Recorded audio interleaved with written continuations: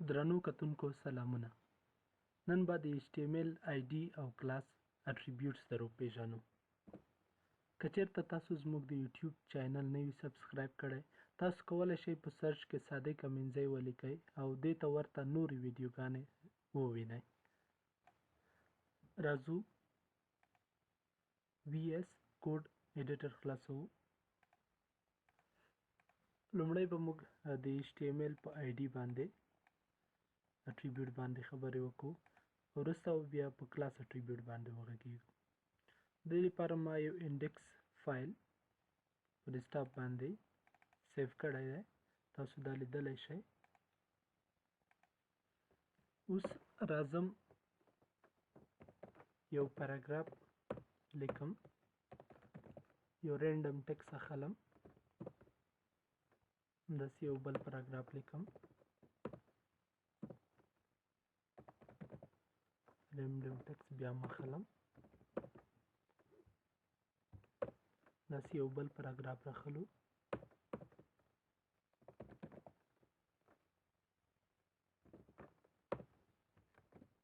اوس راځم دا ډسپلی کوم، ریفریش مې کړو، نو 3 پیراګرافونه دلته جوړ شوي دي. اوس ID اټریبیوټ د دې لپاره موږ استعمالوو. که چېرته موږ وغواړو یو ډول الیمنټس یا عناصرو ته یا ټاګونو ته موږ جدا جدا بیل بیل ډیزاین ورکو، یعنی ID اټریبیوټ او کلاس اټریبیوټ موږ د CSS او JS جاواسکرپټ لپاره استعمالوو. که چېرته موږ ډېر ټاګونه یو ډول ټاګونه ولرو، لکه تاسو دلته 3 پیراګرافس لیدلی شئ، خو زه غواړم صرف دې پیراګراف کې چینجز راولم.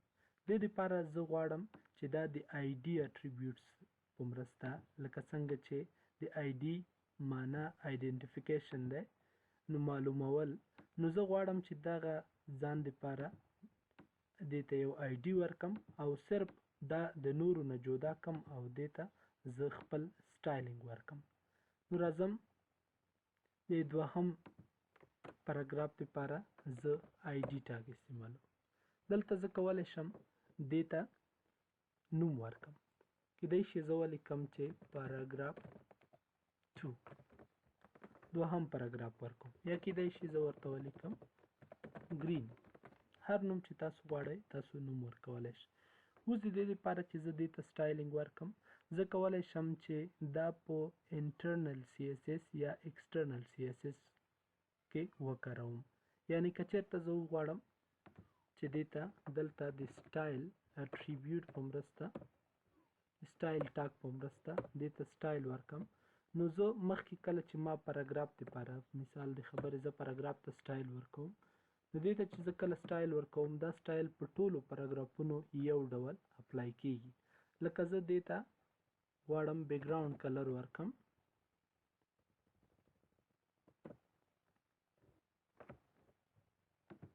دا کلر انتخابوم، سیف کوم یې. اوس راځم دا ډسپلی کوم، نو ټولو دپاره یو ډول بیکګراوند کلر مشخص شو. خو دا چې زه ټولو ته نه غواړم یو ډول کلر ورکم، ځینو ته زه بدل کلر ورکوم، نو دې ته ما ګرین ورکړی. نو زه غواړم چې ID ته ځان ته سټایل ورکم، تر څو صرف په دې پیراګراف باندې اپلای شي. نو دې دپاره لکه ټاګ دپاره صرف د ټاګ نوم لیکلی کیږي، خو کله چې ID اټریبیوټ ته موږ سټایل ورکوو، مخته موږ د هیش علامې ته ضرورت لرو، یعنی دا باید خامخا ورته ولیکو. کله چې موږ دا ولیکو، د دې نه وروسته د همغه ID کومه ویلیو چې ده هغه موږ لیکو. اوس کولی شو موږ دې ته خپل سټایل ورکو. دې ته زه بیکګراوند کلر لیکم، لایټ ګرین به ولیکم.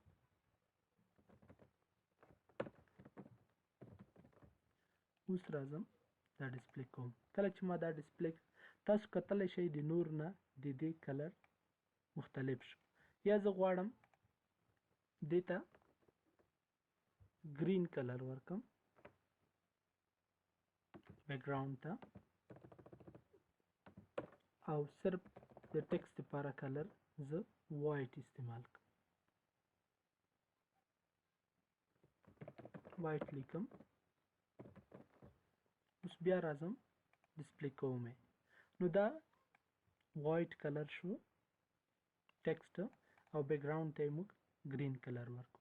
د دې لپاره آی ډي اټریبیوټ استعمالي. تاسو کولی شئ هر ډول ډیزاین سټایل چې غواړئ د دې په مرسته ورکولی شئ. همداسې د جی ایس د جاوا سکرپټ لپاره هم کوم فنکشنالټي لپاره موږ غواړو دا هایټ کو یا ایشو کو، دې ته هم موږ آی ډي اټریبیوټ استعمالولی شو چې ګیټ الیمنٹ بای آی ډي فنکشنز په مرسته د جی ایس موږ بیا دا کاروو چې هغه به وروسته د جاوا سکرپټ په پورشن کې په برخه کې تاسو ته وښودل شي. اوس راځو د کلاس اټریبیوټ ته.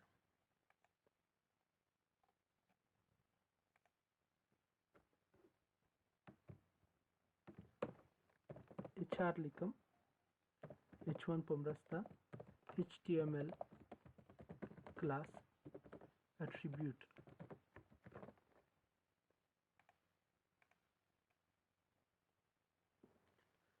class attribute د څه لپاره استعمالوو؟ کلاس لکه څنګه چې د کلاس په پښتو کې موږ یو ټولي ته وایو، نو کلاس هم همدې آی ډي ته ورته عمل ترسره کوي. خو د کلاس ښه والی دغه دی چې که چېرته موږ 15 یا 10 یا 20 یو ډول الیمنټس یا ټاګونه ورلرو، لکه دلته موږ 3 ټاګونه لرو، کیدای شي د هغې نه زه د 10 ټاګونو نه یا د 15 ټاګونو نه پاراګرافس نه زه 2 ته یو ډول سټایل ورکم یا 3 ته یو ډول سټایل ورکم، یعنی د یو نه زیات ټاګ ته زه غواړم یو رقم سټایل ورکم. نو موږ د کلاس اټریبیوټس په مرسته کولی شو دا کار ترسره کړو.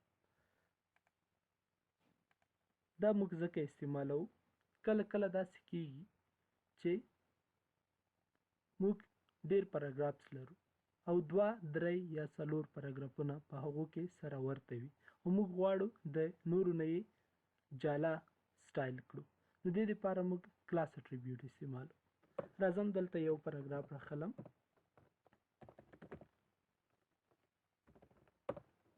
رینډم ټیکسټ لیکم، یو بل پاراګراف اخلم، رینډم ټیکسټ لیکم، همداسې یو بل پاراګراف اخلم، دې ته هم رینډم ټیکسټ لیکم،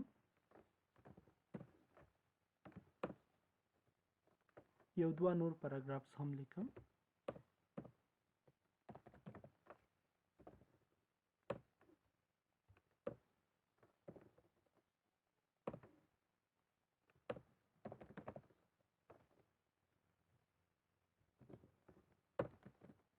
اوس راځم دا ډسپلی کوم. لاندې تاسو کتلی شئ چې دومره 15 پاراګرافس موږ جوړ کړي دي.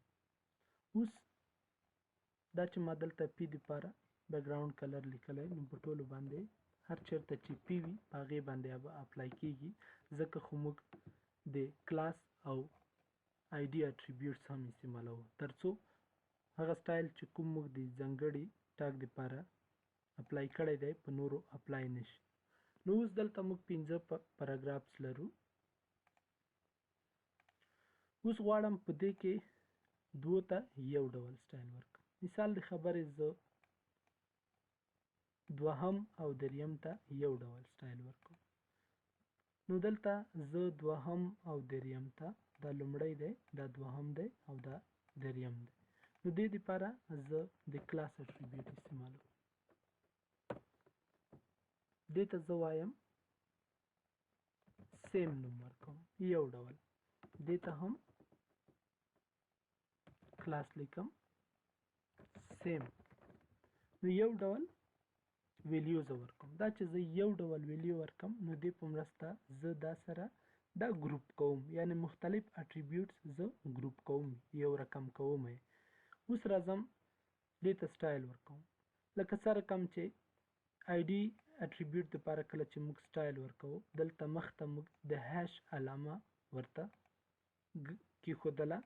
همداسې د کلاس اټریبیوټ دپاره هم موږ یو علامې ته ضرورت لرو چې هغه د ډاډ علامه ده، یعنی د ټکي علامه ده. کله چې موږ ډاډ ولیکو وروسته بیا موږ کلاس ته چې کومه ویلیو ورکړې وي، لکه سیم ما ویلیو ورکړې، هغه موږ دلته ږدو. نو اوس به موږ په دې باندې سټایل اپلای کوو. دا چې موږ کلاس صرف دوهم او دریم پاراګراف ته ورکړی، نو په دوهم او دریم به یو ډول سټایل اپلای شي. دې ته زه بیکګراوند لیکم، بیکګراوند کلر ورکوم پاوډر بلو، همداسې پیډینګ ورکوم 10px. اوس راځم ډسپلی کوم. تاسو کتلی شئ چې دلته دوهم او دریم باندې یو ډول سټایل اپلای شو، لکه څنګه چې تاسو وینئ. دې بیکګراوند پاوډر بلو شو او دلته پیډینګ هم وجود لري. تاسو کولی شئ هر ډول ټاګ دپاره دا استعمال کړئ. کیدای شي زه دې دپاره کوم پاراګراف چې موږ لیکلی دې دپاره چې ښه واضح شي، نو زه لومړی پاراګراف ته H3 ټاګ لیکم، ته لیکم پاراګراف 1. همداسې د نورو دپاره هم لیکم. دلته پاراګراف 2 لیکم. د مخې ته پاراګراف مخې ته هم د H3 ټاګ په مرسته پاراګراف 3 ډسپلی کوم. د پاراګراف څلورم پاراګراف مخ ته د H3 ټاګ کې H4 لیکم. همداسې اخیري ماته 15 لیکم. اوس راځم دا ډسپلی کوم. کله چې دا ډسپلی کو، دلته پاراګراف 1، پاراګراف 2، پاراګراف 3، پاراګراف 4، همداسې پاراګراف 5 مو ته ډسپلی شو. اوس زه غواړم د دې ټایټل هم د نورو نه باید مختلف کړم. نو سمپلی موږ کولی شو دې ته هم موږ کلاس اټریبیوټ وکاروو. دا چې دوهم او دریم